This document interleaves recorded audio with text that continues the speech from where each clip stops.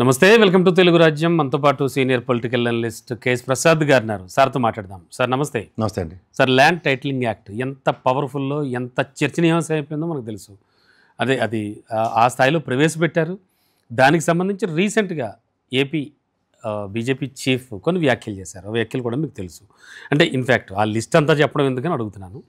And ఇది నీతి Aayog already చెప్పింది అంటారు. ఇంకా చాలా చాలా వ్యాఖ్యలు చేశారు. అంటే ఏమిటి, కూటమిలో ఉండి మళ్ళీ ఈ వ్యతిరేక పవనాలు ఏంటి, ఎలా అర్థం చేసుకోవాలి? ఇది వ్యతిరేక పవనాలకు అర్థమైంది మీకు? ఇది మనం ఇంట్లో ఉన్న వాళ్ళని చూస్తే, లేదా సొట్టపాలను చూస్తే మనకి కొన్ని కుళ్ళు బుద్ధులు వస్తాయి. ఆ కుళ్ళు బుద్ధులు ఎంత బాగా నేర్చుకుందో ఆవిడ నిత్య ప్రదర్శన అన్నమాట ఇది. ఎందుకంటే ఈ ల్యాండ్ టైటిలింగ్ యాక్ట్ అనేది 200 కోట్ల ఖర్చుతో కేంద్ర ప్రభుత్వం ఆంధ్రప్రదేశ్ ప్రభుత్వం మీద బుల్డోస్ చేసింది. అజయ్ కల్లం గారి ఆధ్వర్యంలో ఎన్ని వేల గ్రామాలు దానికి ల్యాండ్ టైటిలింగ్ యాక్ట్లో పిన్ పాయింట్ యాక్యురసీతో ల్యాండ్స్ పరిరక్షించబడ్డాయి.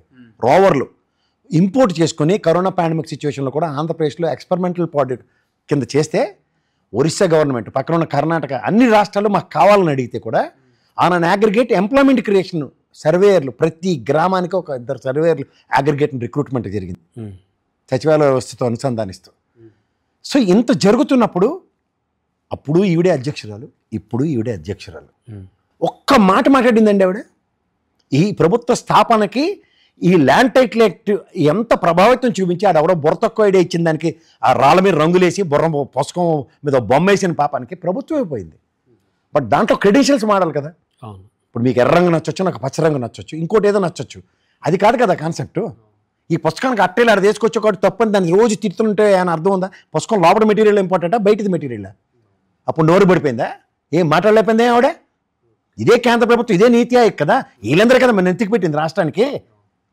ఇప్పుడు ఇది కంపల్సరీ యాక్ట్ అయింది సార్. మీకు తెలుసో తెలియదు, విదేశాల్లో, అమెరికా లాంటి దేశాల్లో ఇన్సూరెన్స్తో సైతం మనం ఆస్తులు ప్రొటెక్ట్ చేయబడతాయి. ఇప్పుడు ఇదే అన్నారై తప్పేలాగలిగాడు వచ్చి ల్యాండ్ ఆక్యుపై చేస్తాడు, పక్కన ఏడిస్తాడు కదా, జడ్డి వాళ్ళకం గల్లు.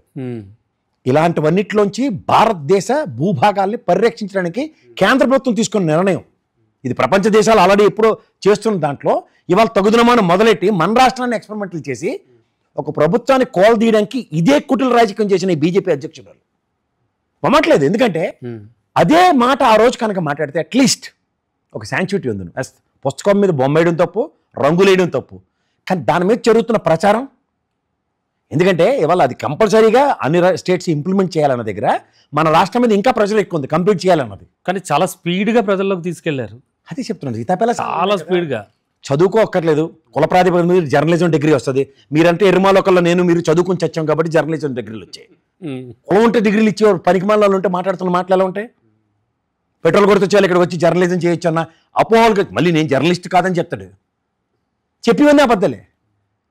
జర్నలిజానికి విలువలు ఏడుస్తాయి కదా, ఖచ్చితంగా ఉంటాయి వాల్యూస్. అంచేత ఏమవుతుంది, ఒక ప్రభుత్వాన్ని కోలదీయడానికి ఉపయోగపడే కేంద్ర ప్రభుత్వ పథకానికి మన నిర్మలా సీతారామన్ వస్తుంది పాపం. ఆవిడ రచించి అప్పుడు మోడీ గారు ఫోటో ఎందుకు పెట్టలేదని బాధపడద్దు, కానీ ఈ ల్యాండ్ టైటిలింగ్ యాక్ట్ మీద మాత్రం ఎందుకు చెప్పరు? ఈవిడ అధ్యక్షురాలే కదా సార్, ఖచ్చితంగా చెప్పాల్సిన బాధ్యత ఈవిడికి ఉందా లేదా? అవును, నీతి ఆయోగ్ పల్లెత్తు మాట మాడారా బీజేపీ వాళ్ళు? చెప్పండి, గమనించండి.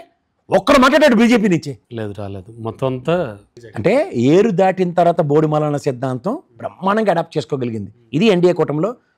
అది దానికి సిద్ధాంతకర్త ఎవరు? కానీ మీ భూమి మీది కాదు, ఖచ్చితంగా ప్రభుత్వం చేతిలో ఉంటుంది. అమ్మాలన్నా కొనాలన్నా ప్రతిదీ కూడా వాళ్ళ కనుసన్నల్లోనే. ప్లస్ మీకు ఇన్ ఫ్యూచర్ లోన్స్ ఏం రావు. ప్రశ్నించారు సార్ నిజంగా మళ్ళీ అనమాట. మాలోకం మీద వాళ్ళకి ఎందుకు చెప్తున్నానంటే, మీకు 2 ఎకరాల పొలం ఉంది, నాకు 2 ఎకరాల పొలం కావాలి, నేను మీ దగ్గర కొంటాను. ఇటు మన ఇద్దరు కాగితాలు ఇచ్చుకుంటే అయిపోతుందా? రిజిస్టర్ ఆఫీస్కి వెళ్ళి సస్తున్నామా? రిజిస్టర్ ఆఫీస్కి వెళ్ళి సస్తున్నామా లేదో చెప్పండి ఫస్ట్. ఖచ్చితంగా అక్కడే. మరి ప్రభుత్వ ఇన్వాల్వ్మెంట్ అందులో ఉన్నట్టేనే స్టాంప్ డ్యూటీ కలెక్ట్ చేస్తుంది ప్రభుత్వమే కదా. అవును, ఎవరికి చెప్తున్నారు తకరాలు?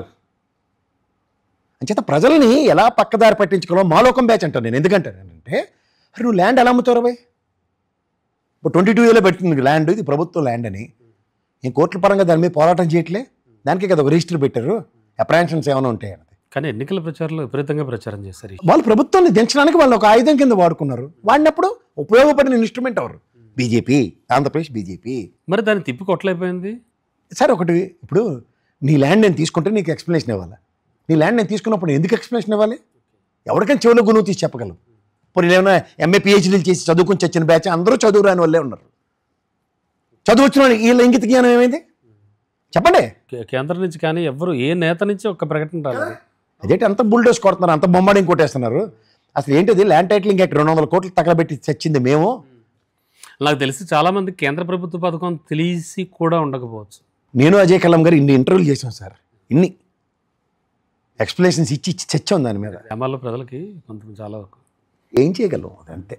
నేను ఒకటే చెప్తున్నాను, ఇది ప్రభుత్వం ఇప్పుడు ఎందుకు ఇలా ఇప్పుడు దాంట్లో మెలికుంది మీకు. ఈ land titling act needs to be completed, it's a mandate. అయితే ఇప్పుడు ఏముంది అల్లది, ల్యాండ్ టైటిలింగ్ యాక్ట్ రద్దు చేస్తాం. ఎవరు రద్దు చేసేది? స్టేట్ గవర్నమెంట్ ఎలా రద్దు చేస్తుంది? కేంద్ర ప్రభుత్వం తీసుకున్నారని ఆయనకి. మనం మాలోకాలు కాబట్టి అవన్నీ వింటాం. మరి రద్దు చేసిందని ఈవిడెందుకు ఆగేసుకుని నీతి ఆయోగ్ చెప్పింది చేయాలంటే ఎందుకు సిద్ధపడతారు? స్టేట్లో రద్దు చేశారు కదా, వచ్చినట్టు కంప్లీట్ చేయాలి కాబట్టి మళ్ళీ జనాల్లోకి జనాలకి ఇంజెక్ట్ చేయాలి. మర్చిపోతాం కదా మనం. వీళ్ళు రెడీగా ఉంటారు కదా, డైపర్ వేసుకున్నాడు 2 గంటలు కులప్రాతిపదిక మీద వచ్చేసిన జర్నలిజం డిగ్రీ కూడా చెప్పేస్తాడు అన్నీ.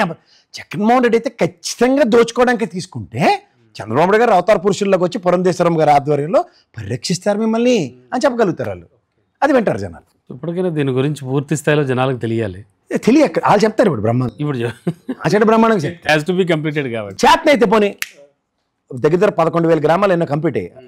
13,000 గ్రామాలకి 7,000 ఎన్నో కంప్లీట్ అయ్యాయి. ఒకసారి వాటి మీద ఒకసారి చెక్ చేసి మళ్ళీ రీసర్వే చేస్తామని చెప్పానండి. ఏమని చెప్తాం? ఎందుకు చెప్పరు? యాక్యురసీ. దరిద్రం వల్ల బొమ్మ జగన్మోహన్ రెడ్డి బొమ్మ వేయడం, ఒక బ్యూరోక్రాట్ ఇచ్చిన దిక్కుమాల ఐడియా అది. రాళ్ళకి రంగులు వేయడం, కర్ణుడు చావు కన్నట్టు. ఇందాక మీరు చెప్పారు కదా ఎంప్లాయీస్ శాసిస్తారు, అదే శాసనం. చరిత్రకారులు చూడండి సార్, రాజశాసనాల్లో ఇప్పుడు కొన్ని ఉంటాయి. నవాబు ఇచ్చిన భూములండి, అలా చెప్పుకోవాలండి మనం మీ పేరు. ల్యాండ్ టైటిలింగ్ యాక్ట్ ఇంప్లిమెంట్ చేసిన నిజంగా ఫస్ట్ స్టేట్ మందే. ఒక ల్యాండ్ మార్క్ అయింది తెలుసా సార్, జగన్మోహన్ రెడ్డి ఆయనలో అది కంప్లీట్ అయిందని. కానీ అదే కొట్టేసింది మెయిన్. అది చెప్తున్నాను. దాంట్లో నేను ఎప్పుడూ చెప్పేది ఒకటే, కూసే గాడిది వచ్చి మేసే గాడిదని చెడగొడుతుంది. దానికి మన వాళ్ళు ఆంధ్రప్రదేశ్ ప్రజలు రెడీగా ఉంటారు. అన్నం తింటున్నామండి, ఎవడెవడు మమ్మల్ని పాడు చేయండి ప్లీజ్, మాకు అన్నం తినకుండా చేయండి ప్లీజ్ అని దండం పెట్టుకునే ఏకైక దౌర్భాగ్యులు అంటే ఆంధ్రప్రదేశ్. రైట్ సార్, ఇలాంటి ప్రకటనలన్నీ కూడా ఇప్పుడు ఇది ఎలా అయినా కంప్లీట్ చేయాలని నాకు బాధ ఎక్కడ వస్తుందంటే పురంధేశ్వరమ్మ గారు మాట్లాడడం మాత్రం మా షాట వీడు. ఇది నిజంగా ప్రపంచ వింతల్లో ఇది పెట్టాలి. పురంధేశ్వరమ్మ గారు మాట్లాడిన మాట నిజంగా వింతమ్మా. Right sir, thank you. అలా బాలకృష్ణ గారు డైలాగ్తో కంప్లీట్ చేయాలి. ఇప్పుడుదాకా పెగలని నోళ్ళు ఇప్పుడు ఎందుకు పెగులుతున్నాయని, అందుకని ఇంకెళ్ళలేదు. Right sir, thank you. Hello, Telugu Rajyam channel చూస్తున్నారా? సామాజిక రాజకీయ జీవన చిత్రణే తెలుగు రాజ్యం. అతిశయోక్తులు అసత్యాలు ఉండవు. రాజకీయ కోణం కాదు, ప్రజా కోణమే కొలబద్ద. తెలుగు రాజ్యం వీక్షణ మీ ఉత్తమ అభిరుచికి నిదర్శనం.